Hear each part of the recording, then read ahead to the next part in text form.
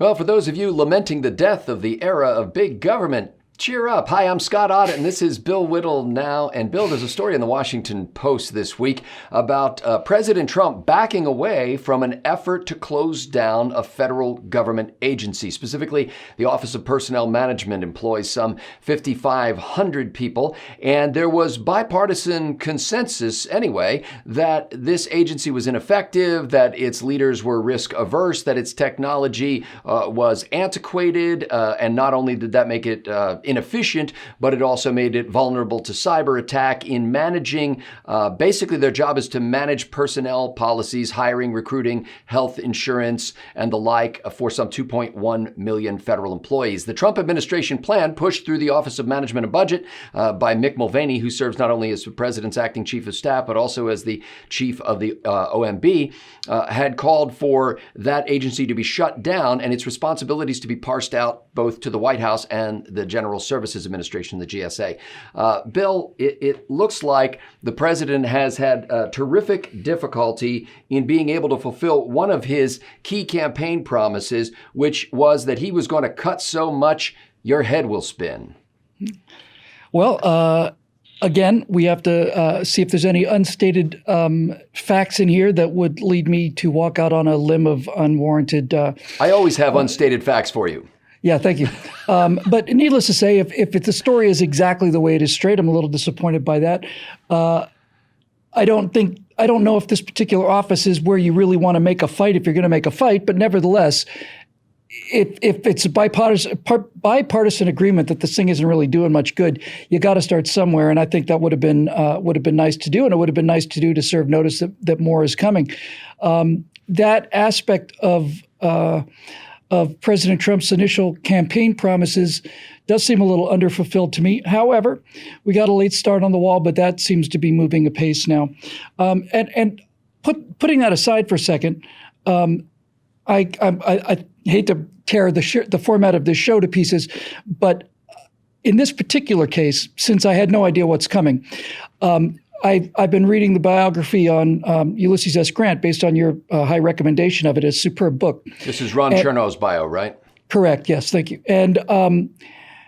And one of the things that Grant had to deal with in his first term was restructuring how civil servants were hired and how the federal government essentially was staffed.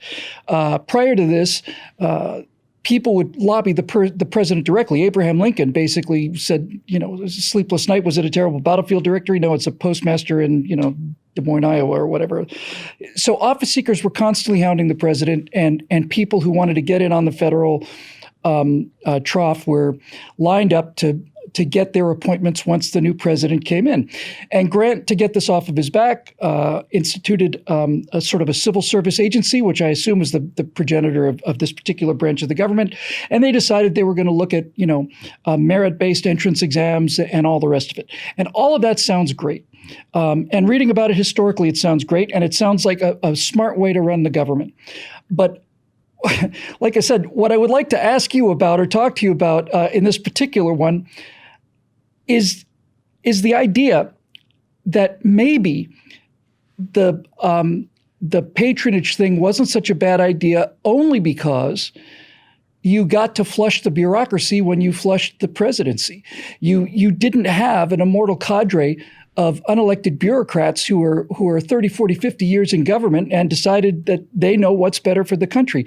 I actually am wondering out loud if a clamor for federal appointments on a per president basis would be more good for the country than the harm that potential corruption would present. That was certainly the case in Grant's administration. Turnover. Yeah. And frankly, Bill, one of the critiques of the OMB plan, and to make this clear here, Mick Mulvaney, head of the OMB, was really pushing this, and President Trump was with him until he wasn't. And one of the critiques, which was bipartisan as well, not only bipartisan agreement that there were problems with the agency, but also bipartisan problems with the solution. One of those was that if you parse out part of the OPM's responsibility to the White House, then then you'll invite political influence and it will essentially corrupt the civil service by doing that. The other was that the rest of it's going to the GSA. Now, GSA is responsible for managing property. And so people who were critical of this OMB proposal were basically saying the General Services Administration doesn't really know how to do this. And you're not really shrinking the size of government. You're just eliminating an agency nameplate so that you can say that you got rid of a federal agency. That might be the reasons why President Trump is not following this as actively as people who would like small government would like on the surface. And I always, especially doing this show, have found that if we're dealing with an area I'm not terribly familiar with, I can address it from a philosophical point of view, and that's good and important. But there are often things on the ground that I'm unaware of. There may be a reason that Donald Trump has decided not to follow this, and so on and so on and so on. I'm sure there are things the Washington Post is unaware of as well. Undoubtedly. And undoubtedly, they'd be positive things about President Trump's decision. Now, with that said, what I think is really an interesting discussion, and I think is a discussion that we should probably have regarding the size and the nature of the federal government, with all of this talk about the deep state, which, again, I thought was just kind of, a little nutty. But I was wrong on that one. It's definitely there. What you find when you get this kind of arrogance from people like Comey and Brennan and so on. I mean, Comey wasn't director of the FBI forever, but he was involved in FBI culture forever. And so were most of the other players here. And those are just the ones that are famous that we know about. I'm not accusing all federal workers of being duplicitous or treasonous. I'm certainly not saying that. I'm sure most of them are patriotic people and they work very hard. But the question then becomes, which is the greater danger, which of course means which is the lesser of two evils. If you have jobs being distributed as a form of patronage by a political party or by a president, certainly the president can't do it on his own, size of the federal government, he'd have nothing else to do but that. Might actually be a good idea. But in any event, whether or not an administration change would result in a massive change in the federal bureaucracy presents a problem in terms of corruption and patronage and office seeking and all of those things that we were familiar with Lincoln and prior to and that Grant's institution of this kind of an office seemed to have eliminated. The question is that corruption more of a threat than a threat of this immortal bureaucracy? And I'm beginning to think that it's not. I'm beginning to think that the entire idea of an established priesthood of eunuchs that carry out the wishes of the king, even if the king be dead, are probably more of a danger than the kind of thing that we're used to dealing with and that our government is designed to protect us from, and even the press is willing to do. And that is this kind of low level sort of office seeking, that kind of thing. I think that's less of a threat to the public today. As you know from reading this Grant biography, not much has changed in the last 100 years or so, in the sense that what sparked this whole move toward having a competent civil service beyond the reach of political influence were isolated incidences of cases, for example, like the guy who was in charge of the Bureau of Indian Affairs being on the take and profiting from his office. And so there began to be, around that iconic incident, not necessarily a typical incident, but an iconic incident where they said, well, wait a minute, shouldn't these people be competent, not just political cronies? Shouldn't these people, be above reproach because they're not influenced by political motivations? And so that change, this is, by the way, Bill, what sparked this episode. It's this quote, and I want to read this to you.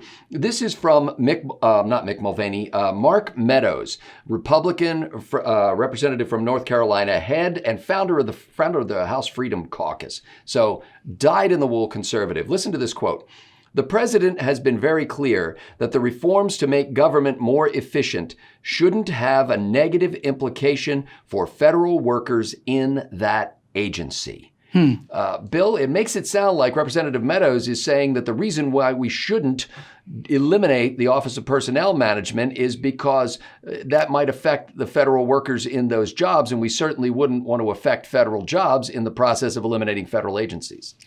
I don't know how a staunch conservative can talk about cutting the federal government to enough of a degree so that it even shows up, forget alone matters, just so that you can even measure it, let alone whether it makes a difference or not, without understanding that people who are currently employed by the federal government would no longer be employed by the federal government. I cannot understand that from a simple arithmetic point of view. If you're talking about cutting the federal government, that means cutting people who are working for the federal government, because the federal government is essentially just a group of people working under a particular legal structure and with a completely opaque set of goals. But how you can say we want to cut the federal government, but we don't want to cut anybody's jobs is a mystery to me. I don't know where that comes from. I'm sure the guy has a good reason for writing that. It may be beyond what I am capable of understanding or have the information on, or it may be an unwillingness to face the fact that what we're talking about is going to be difficult and it's going to be traumatic for certain people. Well, it's not clear from the quote either, Bill, whether Mark Meadows was expressing his own opinion. It sounded like what he was saying was this is why he thinks President Trump has nixed the plan. I agree. And it's hard to imagine he doesn't say that with some direct knowledge of what President Trump is really doing. Yeah, I think that's a much more likely explanation because from a philosophical point of view, I simply don't know how you stand there in terms of the philosophy of it. So if President Trump is saying he doesn't want to cut the jobs, look, given the growth of this economy and given the unemployment numbers now, even if you were to axe the entire department, and I'm not in favor of that as a first step, would not significantly affect the job outlook, the job numbers, probably improve the economy to some degree. But one of the cases I've made repeatedly, and this is I found that sometimes conservatives have a hard time. It's not that they don't understand it; it's just that I don't think they understand the importance of it. And what I'm saying is this: if you've got a tenement, if you've got a rat-infested gangs of New York, 5 corners, filthy edifice filled with rats and decaying walls and all the rest of it. If you say that's the current system, it's either the current federal government or it's the welfare system, whatever. And you decide that in place of this thing, you want to build something modern, sleek, inefficient, beautiful, what we would want from a small government. The one argument I keep making is that you cannot simply bulldoze down the old building, certainly before the new one's ready, and you shouldn't even really do it then. You have to understand that it is it's not just human nature, but it's just general courtesy. You know, if you're going to take somebody's job away, and you know you're going to take somebody's job away, the more time you give that person warning, the more ethically I think that is being handed out. Bill, So just to wrap, what I would be in favor of is the kind of thing where we're going to say we're going to make a 10 or 20% cut every year, and then when we get below a certain number, then we're just going to end it. And that would be based on seniority, be based on performance, be based on on the person's record of complimentary or uncomplimentary remarks during the course of their career and so on. But that would be something that would be showing immediate progress. It would, I think, be as fair as possible to federal employees who are people too, and they don't want to lose their jobs either. And while I think that this giant state is evil, I don't think that the people who work for it are evil. I don't like a lot of what the FAA does, but everybody I've ever met that worked for the FAA was just a sterling individual. So we have to understand that this is not just a mathematical equation. This is a people problem. But I think the only way to get to this people problem is to start on it incrementally and start on it and start on it and start on it, because not starting on it is what's been getting this thing into such a big mess. Well, and that would seem like the natural critique from the right in this case, Bill, what you just raised, because it doesn't seem like there's a lot of starting on it. I mean, after all, we're now 2.5 years into the Democrats' effort to impeach the president. I mean, into the Trump administration. We're 2.5 years into the Trump administration, and so far what the president has been able to accomplish is, according to the Washington Post anyway, moving 2 economic research agencies that were part of the Department of Agriculture out of D.C. and into Kansas City, and moving the office of the Bureau of Land Management to Colorado. Beyond that, there's not a lot in terms of reorganizing the federal government, or certainly not in downsizing the federal government. And Bill, I guess you just got to say, like so many other things, if you stand up on a campaign stump and make a promise like that, you're going to cut so much people's heads will spin. Nobody's head is spinning yet. How do you go into a re-election cycle and say, hey, believe me, this time I'm really going to do it? Well, if it were me, I would make the connection that you made probably unconsciously or subconsciously, and which had not fully occurred to me at the beginning of this segment, but now actually seems to me to be a large reason for this. You basically said that according to the article, because Donald Trump's been fighting the Russian probe and impeachment and so on for the last 2.5 years, he hasn't been able to cut the federal government as much as he said that he would. Let the record show the article did not say that. What did it say? It didn't mention the impeachment effort. I did. Okay, so we can agree that certainly the impeachment effort has taken some of the president's time, and certainly some of his focus.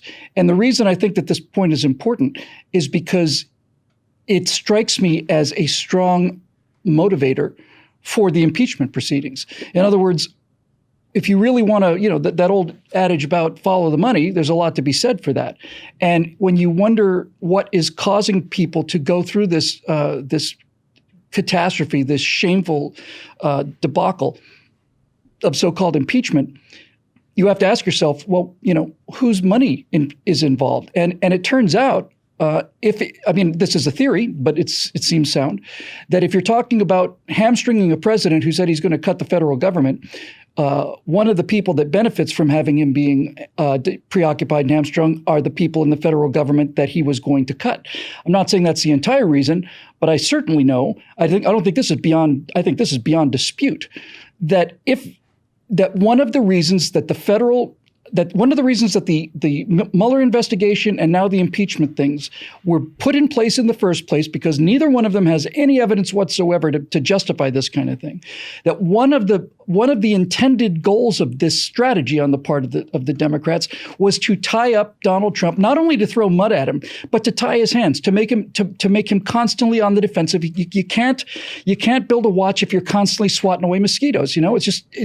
I think that argument could apply in some areas of the administration's work, Bill, but this is something that the OMB, the Office of Management and Budget, has been working on for 18 months and still can't get congressional buy-in. One of the reasons is because they've never even done a cost-benefit analysis. And so it seems to me more a matter of not having a viable plan than it is any ideological opposition to downsizing government, or for that matter, an effort to hamstring President Trump so that he doesn't look good.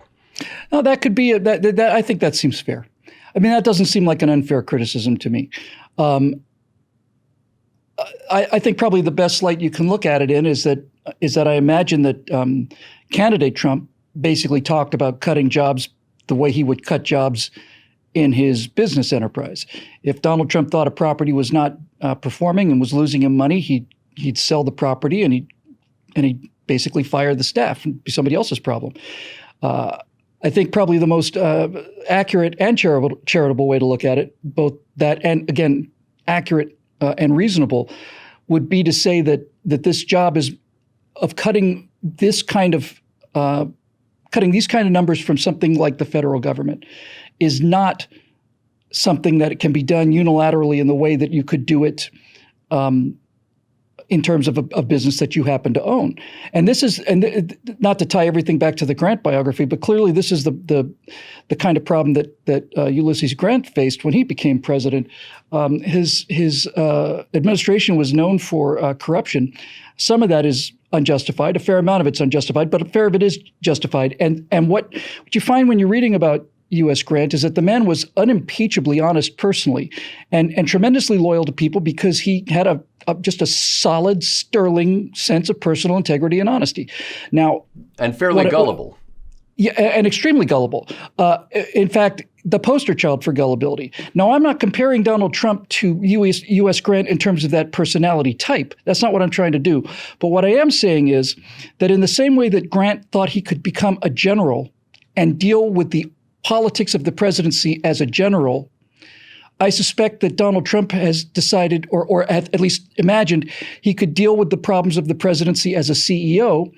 And neither a general nor a CEO is capable of doing what needs to be done as president. It is a It is a chief executive position, but unlike any chief executive position in the private sector, and I mean anyone, the amount of constraints on your actions as president of the United States, not just legal constraints, although there are many of those, the political constraints, the repercussions, the deals, all of this stuff, I think is probably one of the things that has probably caught Donald Trump a bit by surprise, is how difficult it is to do things in the political arena compared to the world of the private sector or the world of the military, if you happen to be a 4-star general. So, Bill, let's just end it here because we're running short on time and we're coming up against the top of the hour and, of course, traffic and weather.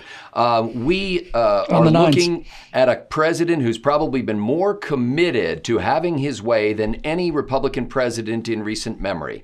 And But even if you look at other great Republican presidents, every time Republicans run, they say that the federal government is too big, it's too expensive, it's too intrusive. And yet, so far, none of them has actually been able to cut the size and scope of the federal government. A few regulations here and there, but not actually eliminate agencies which in many cases, like the Office of Personnel Management, were created in the 1970s. So they're not some sort of baked in part of our constitutional order. Absolutely. Bill, I guess what I'm asking is, shouldn't Republicans just give up making this claim that they intend to do that and basically say, well, we're just going to try to be as efficient as possible with these 2.1 million employees?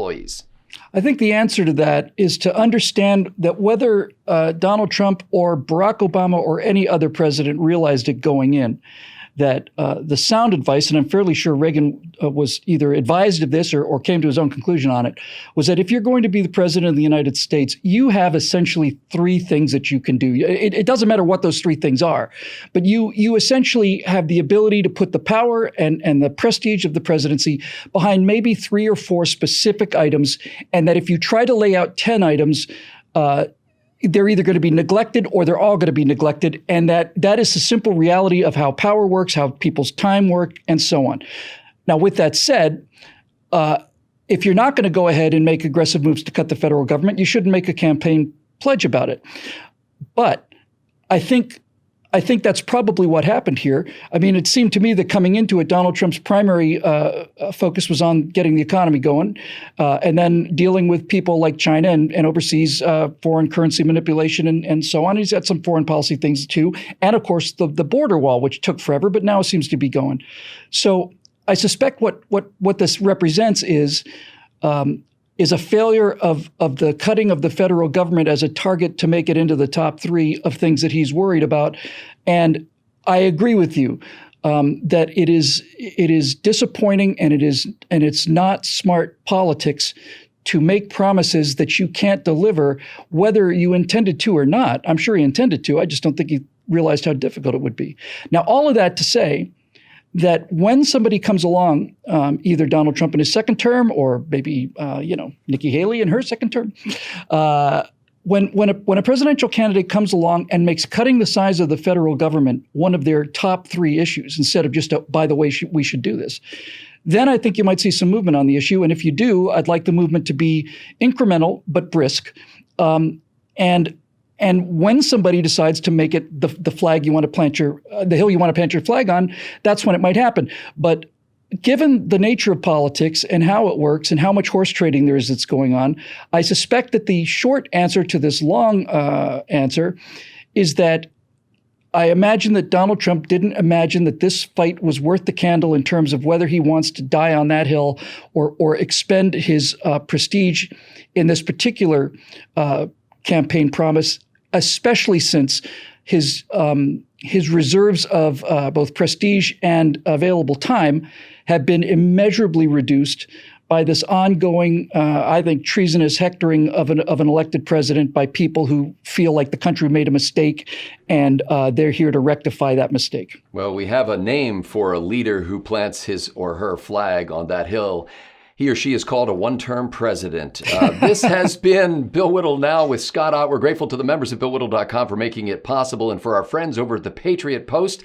America's News Digest. If you haven't checked out the Patriot Post yet, I was doing that just this morning. I think you'll enjoy not only the day-to-day focus and stories and videos that you find there, but also just their overall approach to human liberty and the value they place on the Constitution and the ideas that have come from America's founding. So go to the Patriot Post. You'll see a link in the description below. Also, if you want to contribute and maybe you're not a member at BillWhittle.com, you can actually go to patreon.com/BillWhittle and become a supporter there as well. We're grateful to all those folks who have come alongside of us and made it possible for us to spread these messages around the world. For Bill Whittle, I'm Scott Ott. Thanks for watching.